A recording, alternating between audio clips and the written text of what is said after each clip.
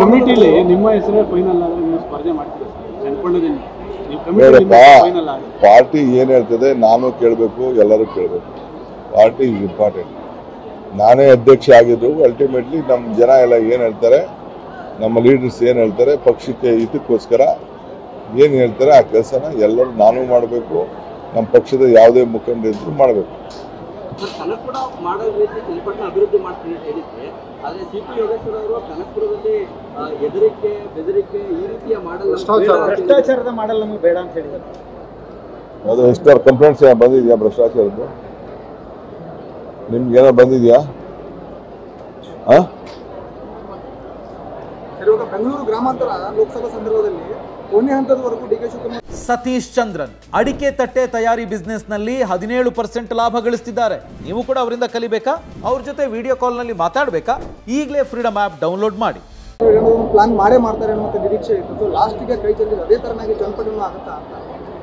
ಈಗ ನೋಡಪ್ಪ, ಜನ ನಮ್ಗೇನೋ ಬುದ್ಧಿ ಕಲ್ಸ್ಕೊಟ್ಟಿದ್ದಾರೆ.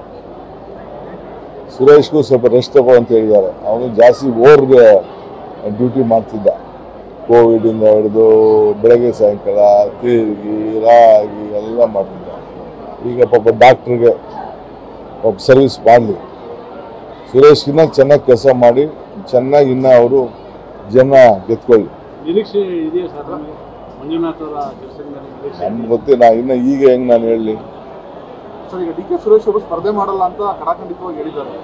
ಅವ್ರ ಹೆಸರೇನಾದ್ರು ಮುನ್ನೆಲೆಗೆ ಬಂದಂತ ಸಂದರ್ಭದಲ್ಲಿ ನೋಡಪ್ಪ, ನಾನಾಗ್ಲಿ ಸುರೇಶ್ ಆಗಲಿ ಪಾರ್ಟಿ ಏನು ಹೇಳ್ತದೆ ನಾವೆಲ್ಲರೂ ಕೇಳಬೇಕು. ಅವ್ರ ಅಭಿಪ್ರಾಯ ಅವ್ರು ಹೇಳಿದ್ದಾರೆ.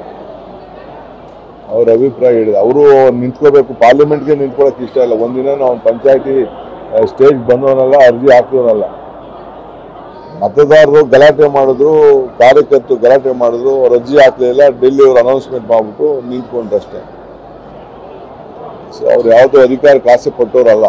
ನಿನ್ನೆ ಕುಮಾರಸ್ವಾಮಿ ಅವರು ರಾಜ್ಯದ ಅಧಿಕಾರಿಗಳಿಗೆ ಎಚ್ಚರಿಕೆ ಕೊಟ್ಟಿದ್ದಾರೆ ಸರ್.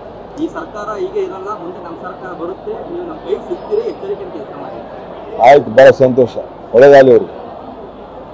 ಇನ್ನೂ ಒಂದು ಹೇಳಿದ್ರೆ ಸರ್, ರಾಮನಗರದ ಅಭಿವೃದ್ಧಿ ಆಗಿದ್ದೆ ನಾನು ರಾಮನಗರ ಜಿಲ್ಲೆಗೆ ಬಂದ ಮೇಲೆ, ದೇವೇಗೌಡರು ಬಂದ ಮೇಲೆ ಮಾತ್ರ ಆಗಿರೋದು. ಇಲ್ಲಿಗೆ ಇಂಡಸ್ಟ್ರಿ ತಂದಿದ್ದೆ ನಾನು. ಅವರು ಕಲ್ಲು ಹೊಡ್ಕೊಂಡು ಫಾರಿನ್ಗೆ ಸಪ್ಲೈ ಮಾಡ್ತಾರೆ. ಹೌದೌದು, ಕಲ್ಲು ಹೊಡಿತಾನೆ ಇದ್ದೀನಿ, ಈಗ ಹೊಡಿತಾ ಇದ್ದೀನಿ. ಕಲ್ಲು, ಜಲ್ಲಿ, ಮಣ್ಣು, ಭೂಮಿ, ಹೊಲ ಉಳ್ಳೋದು ಎಲ್ಲ ಮಾಡ್ತಾರೆ.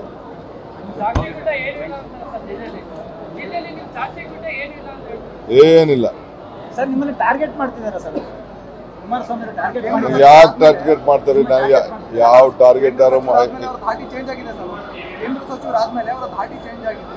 ಕಾನ್ಫಿಡೆಂಟ್ ಆಗಿ ಮಾತಾಡ್ತಿದ್ದಾರೆ. ಒಳ್ಳೇದಲ್ವಾ ಪಾಪ?